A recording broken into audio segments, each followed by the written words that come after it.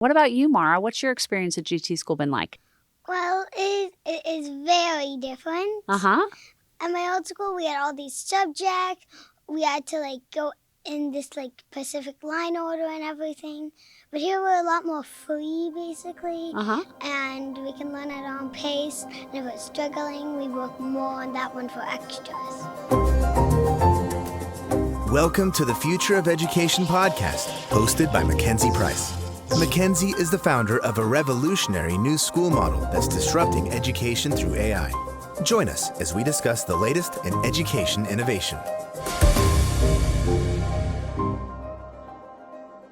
I absolutely love these podcasts when I get to interview the true stars of Future of Education. They are the students. And today I am so lucky because I have two very special guests. They go to a school that we created this past fall in August of 2024. It is our GT school.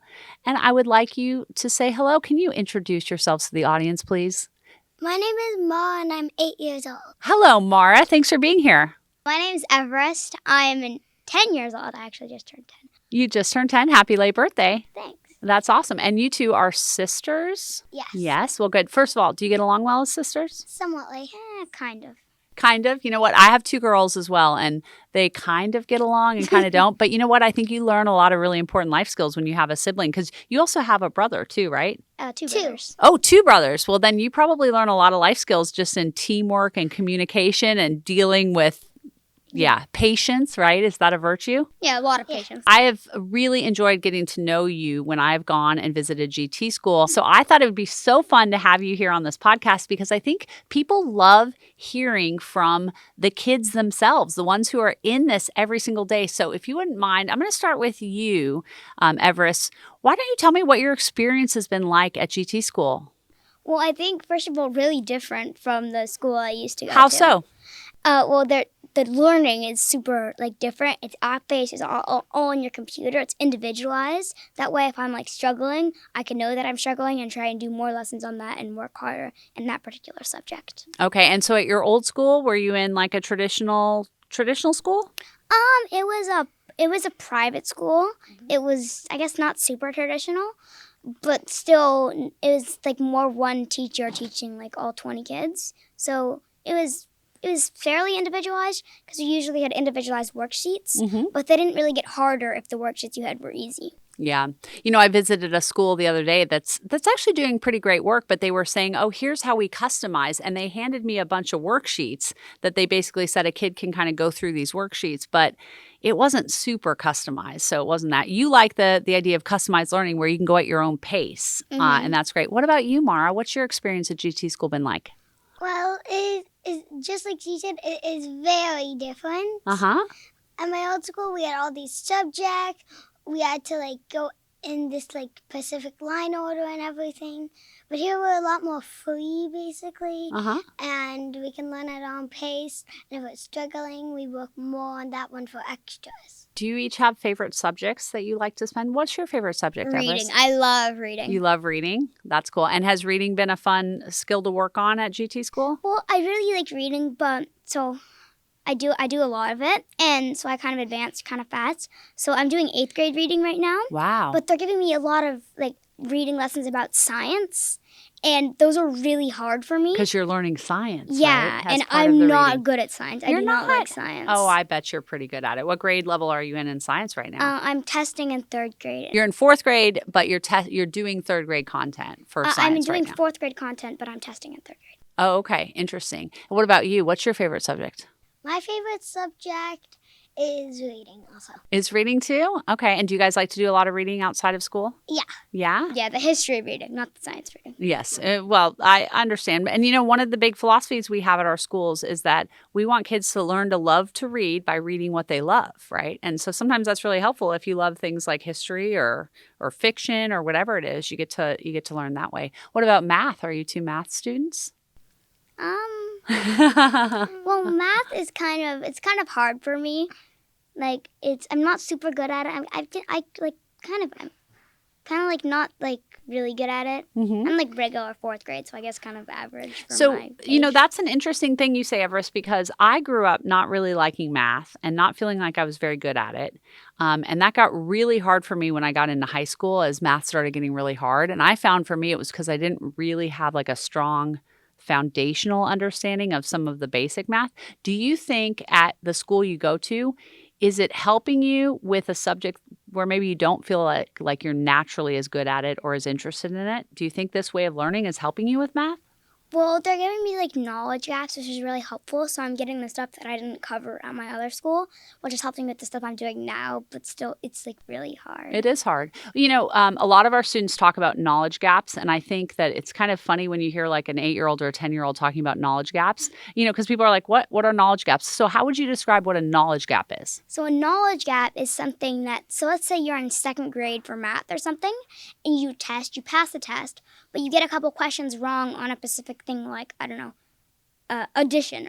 So they'd give you 2 or 3 lessons on addition, so you could get better at that, and then it would be much easier for you to do the 3rd grade content now that you know the basics of addition. Sure. So basically we're able to go back in time and learn some of the things we might have missed when we were maybe sick from school or the teacher didn't explain it well the first time or whatever it was, right? So now you're doing that. Do you find that too, Mara? Are you able to clear your knowledge gaps? Yeah. Yeah? I started this school not knowing exactly what times meant. Uh-huh. And now I'm doing like 42 times 9. Oh, my goodness. Really? That's incredible. I know. that. You're a 2nd grade student? Yeah. Okay. And how do you generally do on your different subjects? Are you in 2nd grade levels for your different subjects? In 3rd grade. I'm at least 3rd grade in everything except science. I'm in 4th grade. Wow. And That's everything impressive. else 3rd grade. Wow. That's really impressive. So like you're a year or 2 ahead in all of your subjects? Yes. That's cool. So there's another question I always think is interesting to ask because we talked about academics and you get personalized academics. Tell me what you think of your guides. I like them because they play with us. Like at Q break, which Q break is like recess, only we call it Q break. Mm-hmm. And like they play with us, like in football and soccer. But at my other school, they would just like they would just come in when we get hurt and stuff. Why do you think that was at your old school, that the teachers weren't able to play with you as much? So there was a lot more kids there, so I guess it was pretty, like you could kind of assume that everybody was playing with someone. Mm-hmm. And like you could talk to the teachers, but it wasn't like they got involved with the games the kids were playing. But here with like a smaller school community, Mm-hmm. you can do more things with the teachers, and we'll have a lot more independence if you don't want to do with the teachers.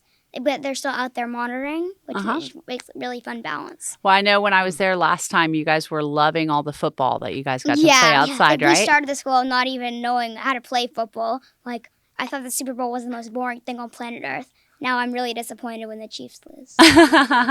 Is that because you're like a Travis Kelce fan or a Taylor Swift fan? Taylor Swift fans. I'm a Taylor Swift fan too, and she did not look very happy last night, did she? We're filming this the day after the Super Bowl, and Taylor was not happy about that. That was loss. really sad. I just stopped watching. They got crushed. Like halfway through the game, I got so bored because like I knew that the Eagles were gonna win, so I just left. It was, they like, weren't getting any boring. touch. I left at What- halftime what- too, and I went and took a bath. I know. What happened with that? I have a question. So, you guys, did you go to what we'll call a traditional or a normal school before this?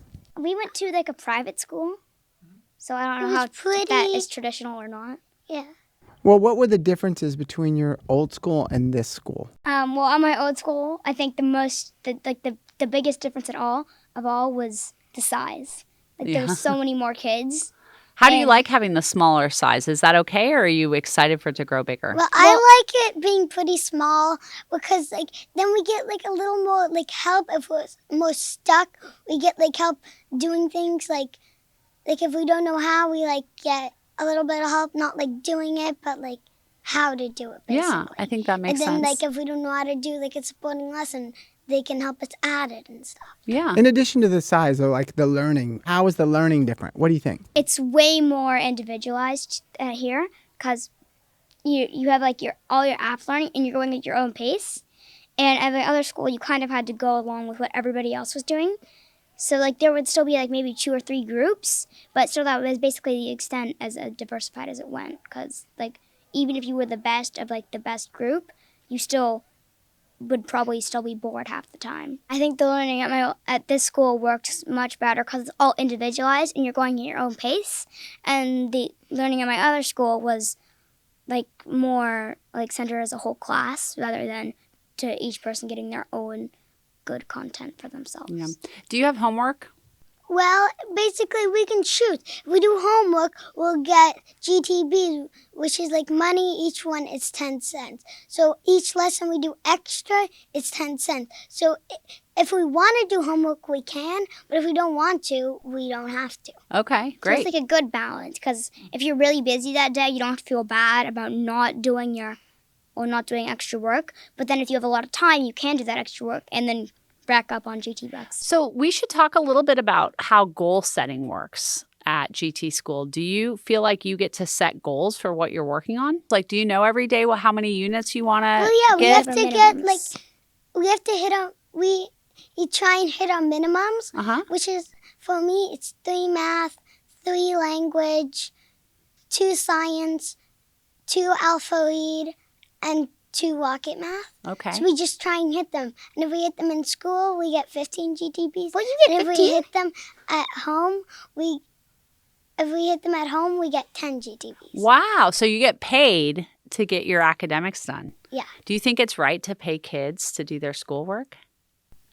I think it depends on what they're using the money for. Okay. Well, what are you using the money for? Saving it up. Like if you're buying just candy and just like things that aren't good, then there's probably no point in getting money because it doesn't even it's the good thing about getting money and using it for something necessary is it teaches you like finances and stuff like that. But if you're just buying candy, like what's the point? Yeah. So are you saving up for something special right now? I don't think so. No. What about you? I'm saving up for the Lego chest set. Nate bought that. I bet we can get another one in there. We'll probably be able to get another one in there. That's interesting. Tell me about what has been like your favorite workshop that you've done so far. What have you liked, Mara? My favorite workshop is chess because I'm quite good at it and it's just fun. It is fun. Yeah. And have you been doing chess tournaments? Yeah. You have. That's very exciting. Do you get nervous before the tournaments? Not necessarily. Not necessarily. Good. And you just enjoy it. Do you guys play with each other?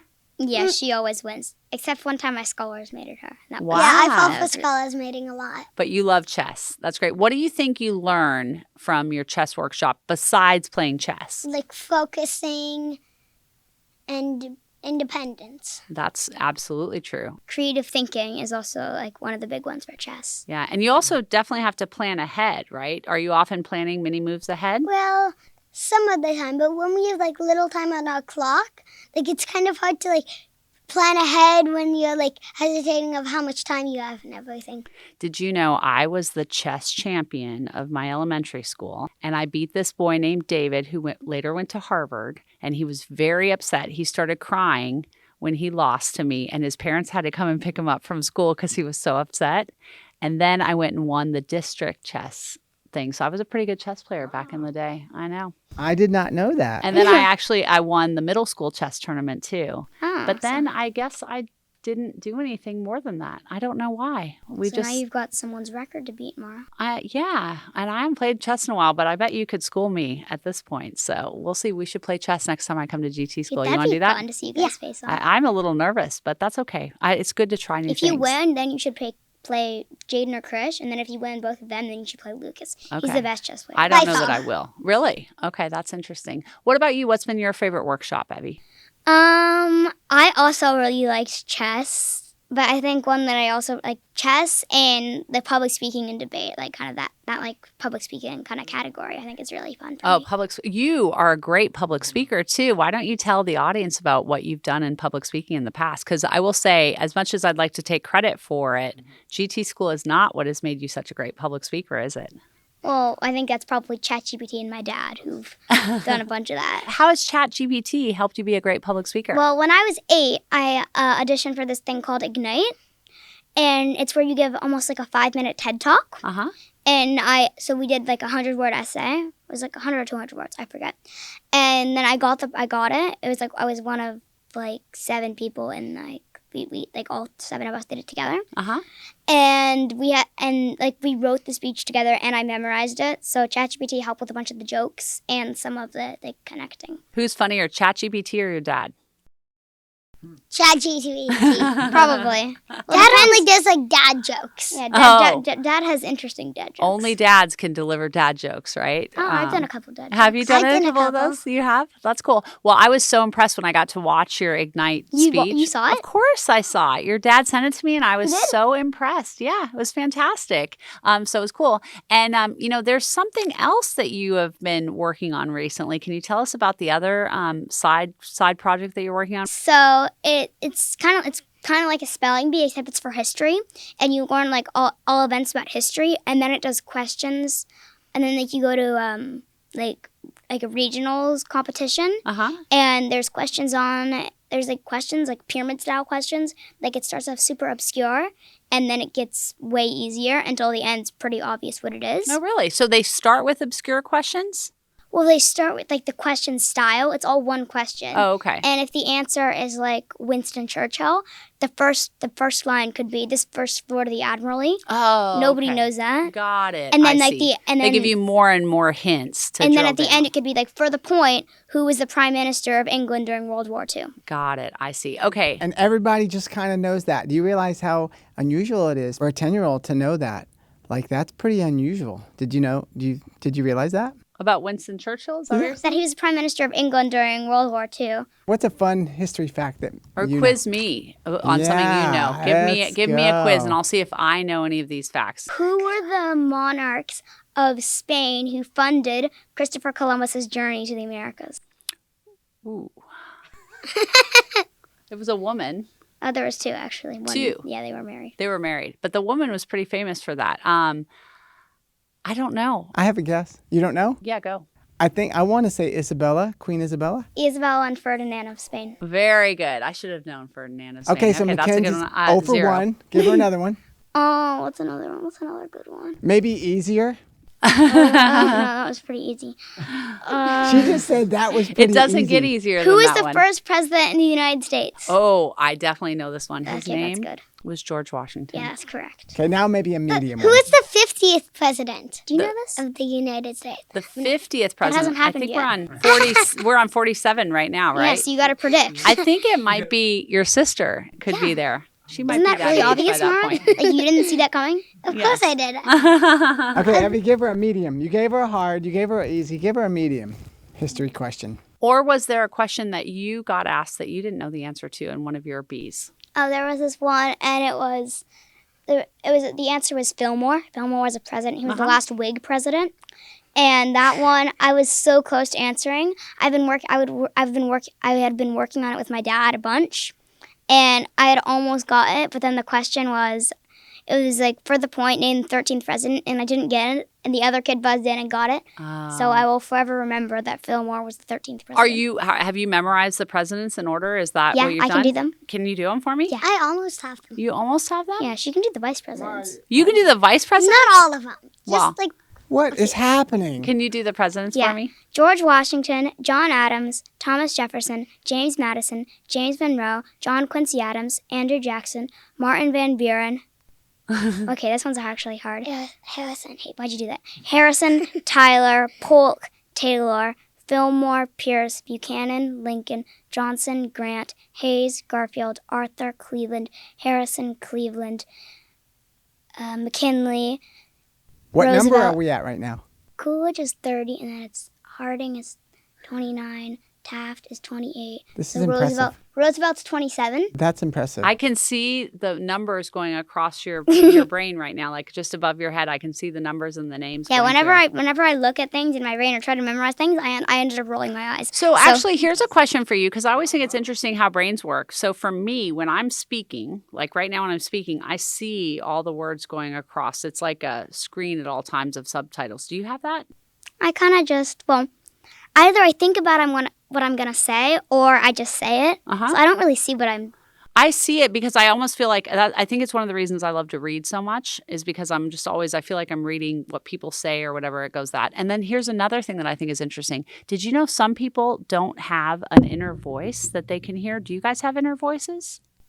What is that? I know I can hear my brain talking to my brain. Yeah, okay, Or that's like what it I is. read books, right? And there's just like people talk about how there's this logical voice telling them that they should do something or not do something. Yeah. I pretend that my brain is that to my brain. So It is that. What about you? Do you have that, Mara, or no? Do you have some inner dialogue that you can hear your brain like talking to you or not? Oh, yeah. You do. Well, some people don't. In fact, I think it's like kind of a surprisingly large number of percentage of the population does not have an inner dialogue. I'm confused as to what it is. well, I'm inferring that it's kind of like there's like you're it's almost like something else is talking inside of you, like a more like logical or illogical, like something that's kind of like if you're the medium, there's something that's either more extreme or like way more extreme or way less extreme, kind of like talking to you. I think that's what the inner voice definition Maybe is. Jay doesn't have an inner voice. That's why he doesn't understand. Guys, I'm sad now. I don't think I have one either, so don't feel too bad. Oh, I think you do. When you were saying you kind of have this, it's like I always feel like there's two of me. There's me, and then there's like. I don't sitting think I right have here. that. No. No. Oh, okay, I guess it's just me. That wraps up part 1 of this episode, but don't worry, there's a part 2 coming soon. If you haven't hit that subscribe button, now is the time to do it, so you can stay up to date on all our episodes. You can connect with MacKenzie on social media and be part of our daily conversation over on Instagram at futureof_education. For more info about the show and our guests, you can always visit futureofeducationpod.com. Lastly, if you're loving what you're learning, please leave a review wherever you listen to podcasts. We'll be back in your feed soon, but until then, remember, kids are limitless, and it's our job to unlock their potential.